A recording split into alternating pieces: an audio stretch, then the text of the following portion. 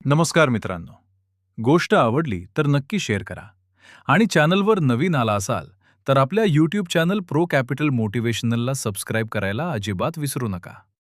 मित्रांनो, महाराष्ट्रातील राजकारण, समाजकारण आणि इतिहास या तिन्ही गोष्टी जेव्हा एकाच ठिकाणी एकत्र येतात तेव्हा तिथे वाद निर्माण होणं जवळजवळ निश्चित असतं.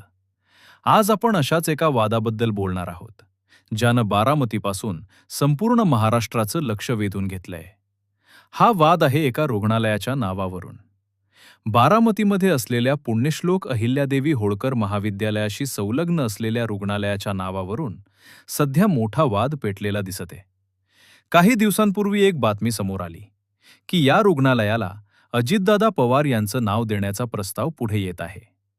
आणि इथूनच सुरू झाला एक मोठा संघर्ष. बारामतीत सकाळी एक मोठा निषेध मोर्चा काढण्यात आला. हा मोर्चा कोणाचा होता? तर हा मोर्चा काढण्याची हाक दिली होती ओबीसी नेते लक्ष्मण हाके यांनी. त्यांची मागणी स्पष्ट होती.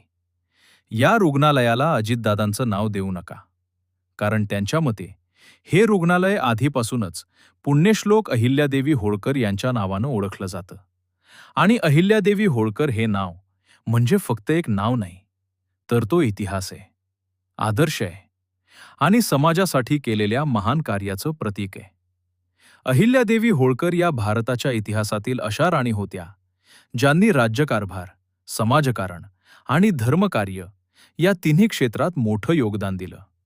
त्यांच्या नावावर अनेक संस्था, रस्ते आणि ठिकाणं आजही ओळखली जातात.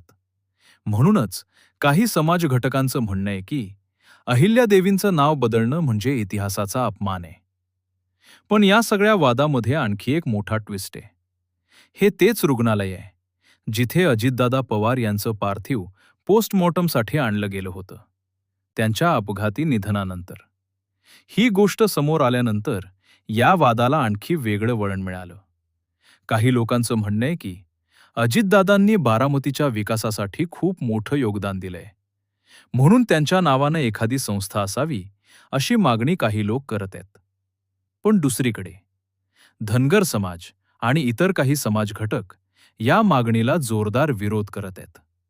त्यांचं म्हणणं आहे की अहिल्यादेवी होळकर या धनगर समाजाच्या अभिमानाचं प्रतीक आहेत, म्हणून त्यांच्या नावावर असलेल्या संस्थेचं नाव बदलणं त्यांना अजिबात मान्य नाही.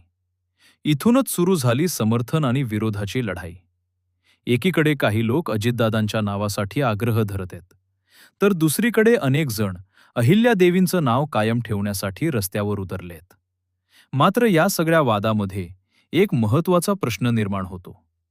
खरंच अहिल्यादेवींचं नाव बदलून अजितदादांचं नाव दिलं जात आहे का? की हा फक्त एक गैरसमज आहे? याच प्रश्नाचं उत्तर शोधण्यासाठी लोक आता सरकारकडे आणि प्रशासनाकडे पाहत आहेत. कारण जेव्हा एखाद्या महान ऐतिहासिक व्यक्तिमत्वाचं नाव आणि एका आधुनिक राजकीय नेत्याचं नाव यामध्ये संघर्ष निर्माण होतो, तेव्हा तो फक्त नावाचा प्रश्न राहत नाही, तो भावनांचा प्रश्न बनतो. आणि भावना जेव्हा उफाळून येतात तेव्हा समाजात तणाव निर्माण होण्याची शक्यता वाढते. आज बारामतीमध्ये जे घडतंय ते फक्त एका शहरापुरतं मर्यादित नाही.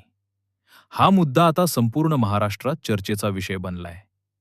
लोकांच्या मनात एकच प्रश्न आहे, या रुग्णालयाचं नाव नेमकं काय होणार? अहिल्यादेवी होळकर यांचं नाव कायम राहणार की अजितदादांचं नाव दिलं जाणार? याचं उत्तर अजून स्पष्ट झालेलं नाही. पण एक गोष्ट नक्की आहे, जेव्हा इतिहास, समाज आणि राजकारण एकत्र येतात तेव्हा वाद निर्माण होतातच.